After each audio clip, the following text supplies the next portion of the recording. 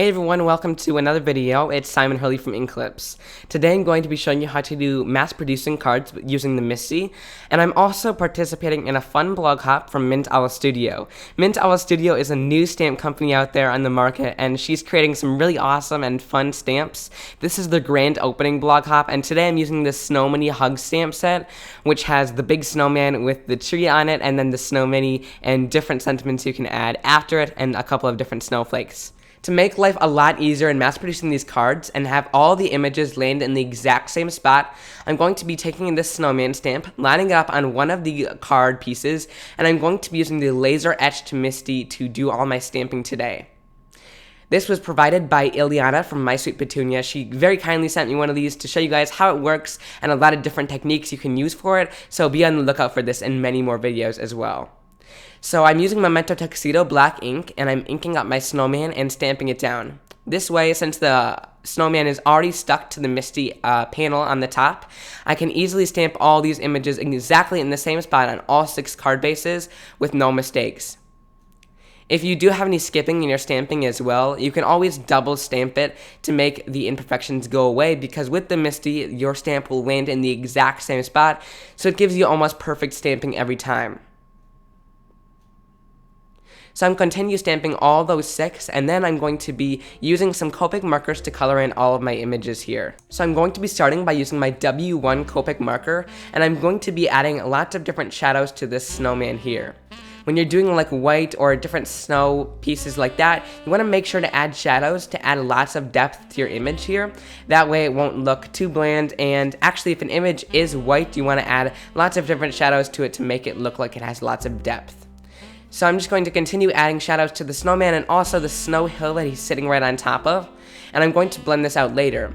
One thing that I found when mass producing with coloring with your Copic markers, you want to make sure that you do all of the coloring in the same color and then set that off to the side here. That way you can do all of them at the same time and then cap off your marker and go on to the next one. I've been using my Copic markers quite a bit and learning a lot from them as well. I learned a lot of different tips to make them not bleed and to make the colors blend a lot better. So to make them not bleed as much, you want to have a lighter pressure and a lighter hand with your Copics, and just keep layering up the color if you need it to be darker. That way if you have a lighter hand, you're not putting as much ink into the paper, which will make it bleed a lot more. Now I'm going in with a colorless blender here. You can always use your Copic colorless blender marker. I do not have one of those though, so I'm using one of the Tim Holtz blending markers, and that works just fine.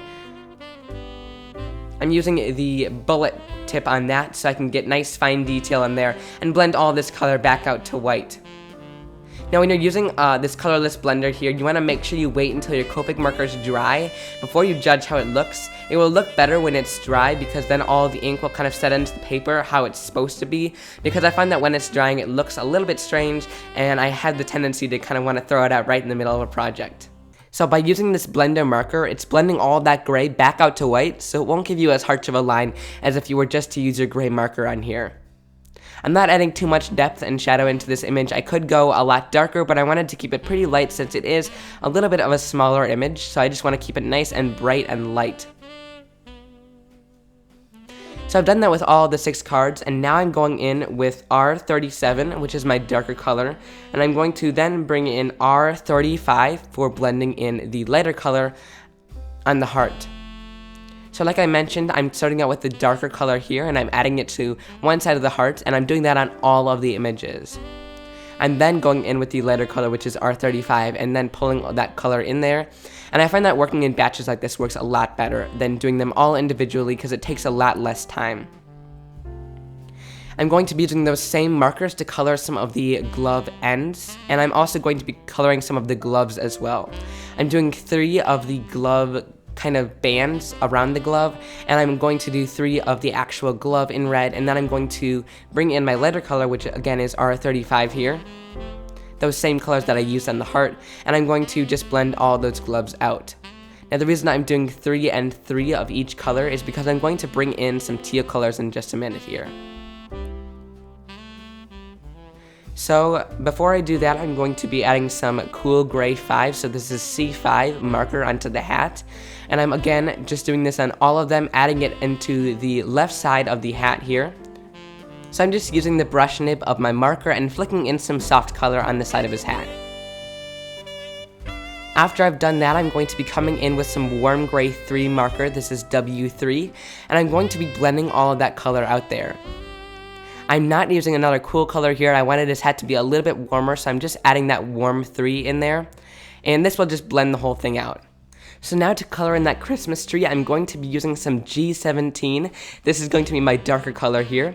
And I'm just flicking in some color on the right side of him where the snowman is to add a little bit of shadow into the tree. And I'm just going into the details of the tree as well here, and then shading the rest of that in. Now I'm going into a much lighter color here, and I'm going to be using YG03, so this is a yellow-green, and I'm going to be taking the tip of that marker and touching it to the tip of the darker color that I had there. That will transfer some ink onto my lighter color so that it'll be kind of like a medium tone that I didn't have, and that'll just blend all of that together. This technique is super helpful if you don't have that middle color that you really need to blend with, and you have a lighter color and a darker color. It helps blend those two together really easily, and you just want to make sure to scribble out your lighter color right after you're done with it to make sure none of that ink goes right into your marker, because then you'll have a different shade. So you just want to make sure to scribble that out after you're done in order to not ruin your marker tip. And that technique there will just blend that whole thing together really nice and easily.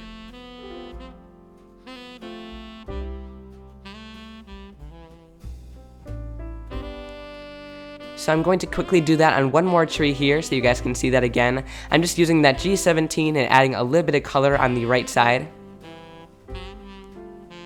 And I find this to be super easy when I'm doing it on 6 cards. It was really nice and easy to do, and lots of great coloring. Since this is a simple open image, it's great to practice your Copic coloring inside of it in case if you're a beginner and you're still learning, this is a great image to do so. So now I'm coming back in with that yellow-green color, and I'm again doing that same tip-to-tip technique here. You won't get the same results on every tree because you're going to get a different color variation when you're doing this tip-to-tip technique, but I find that it really didn't matter for me because it doesn't matter if all the cards look exactly the same. So I'm just going to continue to blend all of that out. It also helps if you use the chisel tip of your marker. When you're using the darker color, you can take the lighter color in your brush nib and take the darker color in the chisel tip and touch the brush nib to the chisel tip of the darker one. And that's another easy way to get color out of without damaging your brush tip. So after that's finished, that's how it will look, and then I'm going to stamp down my sentiment. I'm using the Snowman Thanks sentiment. I love how this comes with 3 different sentiments that you can use to build up different cards. So I'm going to line that up in 2 different rows, and I'm picking that up with my MISTI. And then I'm going to use some embossing ink by Brutus Monroe. This is a clear sticky ink, so it will hold on to any embossing powders. And then I'm going to stamp that down. I'm going to repeat this step on all 6 of my mini cards here. And then I'm going to take a coffee filter here, which is really nice for embossing powders. And I'm going to be using the Brutus Monroe Gilded Embossing Powder. And I'm going to dump a little bit of that onto the bottom sentiment there. I'm flicking some of it off in case if there's any extra. And I'm going to heat set that as well. Now to create little mini envelopes, I'm using a piece of craft cardstock. And I'm going to be cutting it down to the size that I need for the envelope of my card. There are many different envelope references you can use to making your different envelopes, so just follow any guide that you have for that, or you can just keep testing it out until it works for your card size here. And then I'm taking my Teflon bone folder, which will not make any marks on your cardstock, which is super nice, and I'm going to be taking it and running it down the trimmer line where my blade will usually cut, and this is a super easy way to make your own envelope guide in case if you do not have one. So I'm just going to be scoring those lines there down the card. So once I've done that, I'm going to be setting my trimmer aside, and I'm going to take my corner chomper, and I'm going to use the 1/2 inch side of my corner chomper, and I'm rounding all of the corners on these edges here. I wanted there to be more round edges and not to be super sharp, so I'm just rounding those off there, and then I'm going to crease all of the lines that I have scored. This will make it a little easier when we're cutting our envelope a little bit here. So you really want to fold down those lines to make sure that they're really visible. Once that is done, I'm taking a pair of scissors here, and I'm going to cut right along those folded lines that we have there to cut out a little triangle out of each side.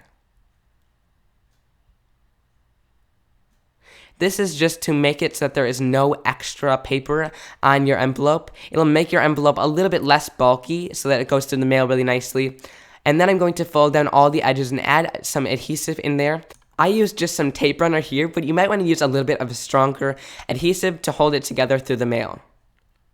So I'm just folding all those flaps down and adding some different adhesive underneath it, and then your envelope is finished and your card will fit really nicely inside of it.